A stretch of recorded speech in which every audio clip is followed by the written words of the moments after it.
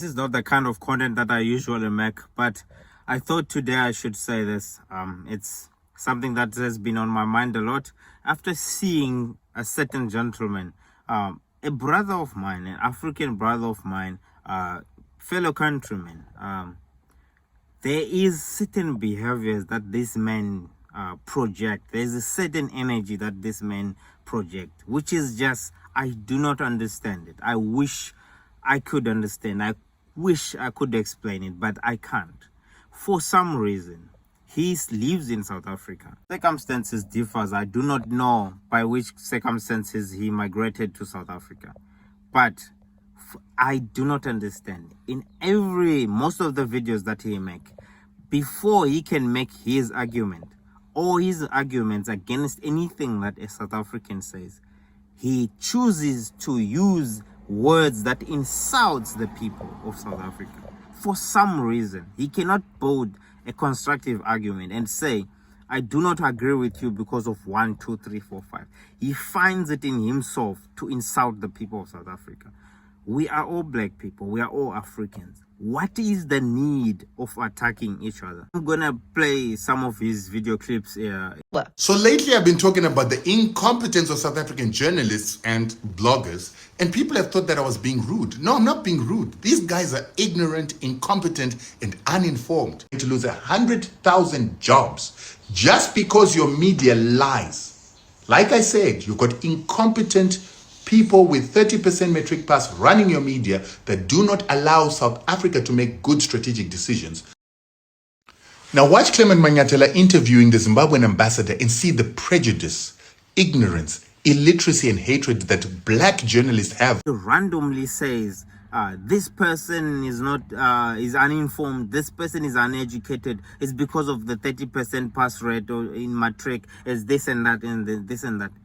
Bro, I don't understand what is wrong with you. Really, you just find it within yourself that you cannot respect the people of the land that you dwell in. I do not care whether we can say South Africa has helped change your life or what. I don't care. But just be respectful to the people of the land that you reside in. There are people who are smarter than you. People like Rutendo Matinyarare. They have spoken on the matters that are affecting the South African society, including the 30% metric pass that you talk about. But they do it respectfully.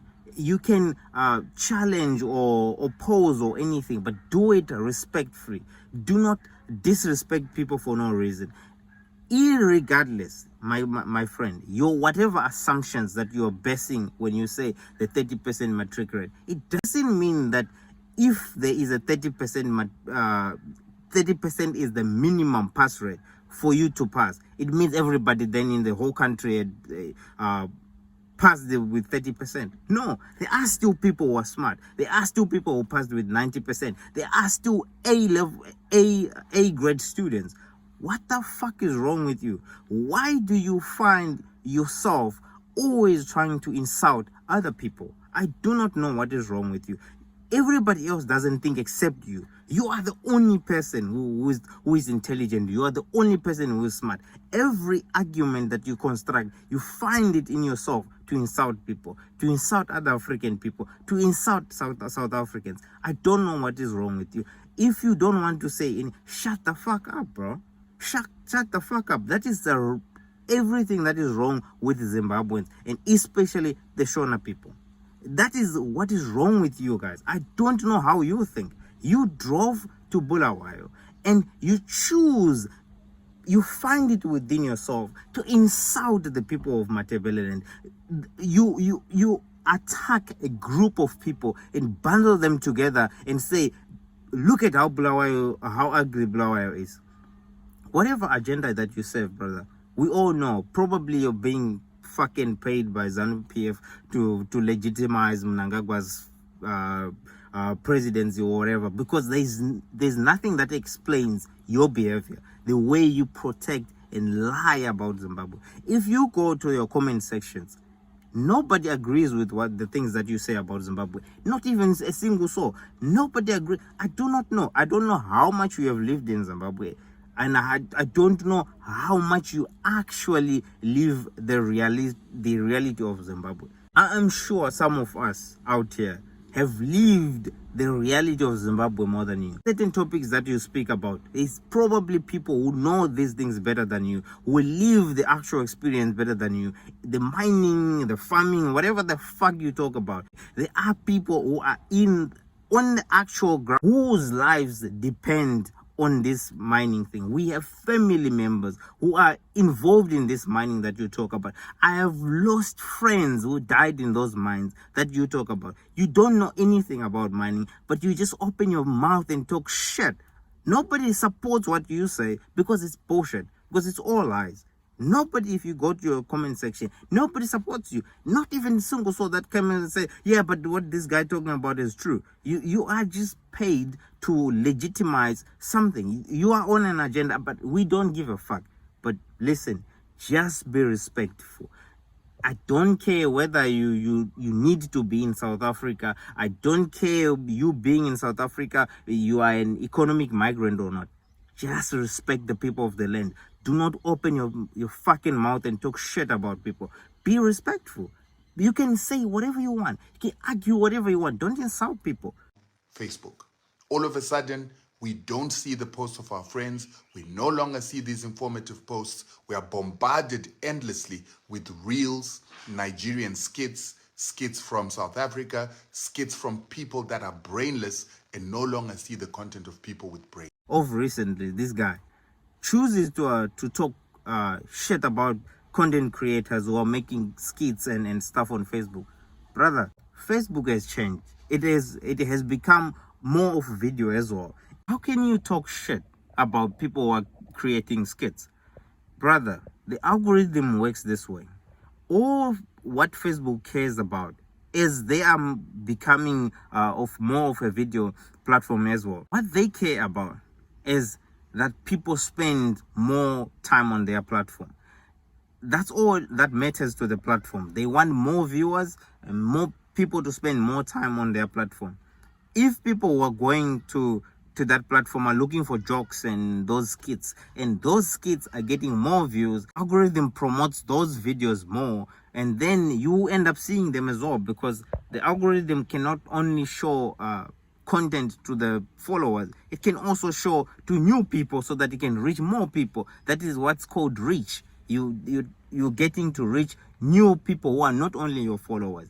The reason why those things are going viral on Facebook as a platform is because people, that's what they want to watch. That's none of your business, bro. People can watch whatever the fuck they want. They are going on the platform to watch those jokes. And the people who are creating it doesn't mean that they all don't have brains. No, it's because even those who have brains are also creating content on Facebook. It's because if you realize this is what people want to watch, then that's what you produce. That's what the content creators have to create. And you must understand, Africa, there are people with no jobs. Unemployment is very high in Africa. Those people are actually also generating a decent income from those things. So don't talk shit about other people's hustles, bro. If you want to have an intellectual conversation, you can have it, bro. It's just not the right platform for you then. If you see your videos not going as big as the skits, because it's just not the right platform. The viewers on TikTok are not the same viewers on Facebook. The viewers on Facebook are not the same viewers on LinkedIn. The viewers on LinkedIn are not the same viewers as YouTube. So what's you on about? Disrespecting other people for their graft. They are also generating income, because in Africa we don't have jobs. It is what it is. This is what we have. I understand this could be a reflection of the viewers more than the creators, because you must understand that the creators are being generated because of the demand. They realize this is what people want to watch. You understand? A construction worker on a construction site, when they are on their break time, they're stressed, they don't care about your intellectual conversation. All they want to see is jokes, bro. They want to see Kasongo on Facebook. They don't want to see our intellectual conversation. And it's all right. Why would you just find Every time you wanna insult somebody, they don't think you're the only one who thinks they're not intelligent. Is because of that. Be respectful, brother. How Bulawayo is cleaner than Harare. It's nonsense. And then we've also heard about how Bulawayo is doing well because of the white mayor. It's terrible. This little city is nasty. Check out the roads. Check out everything.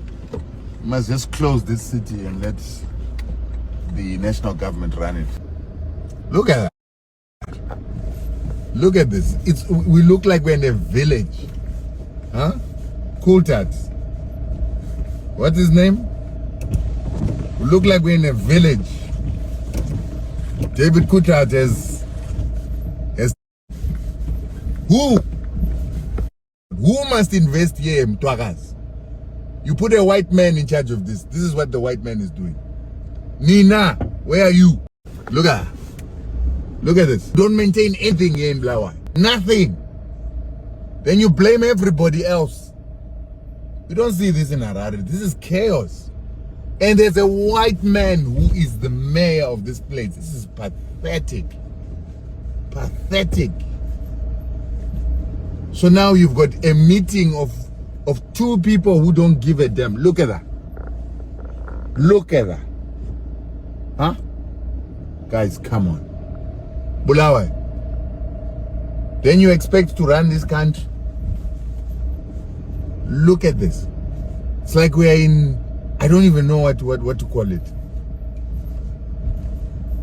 Land, you don't see anything like this. Aye, guys. Look at the flats.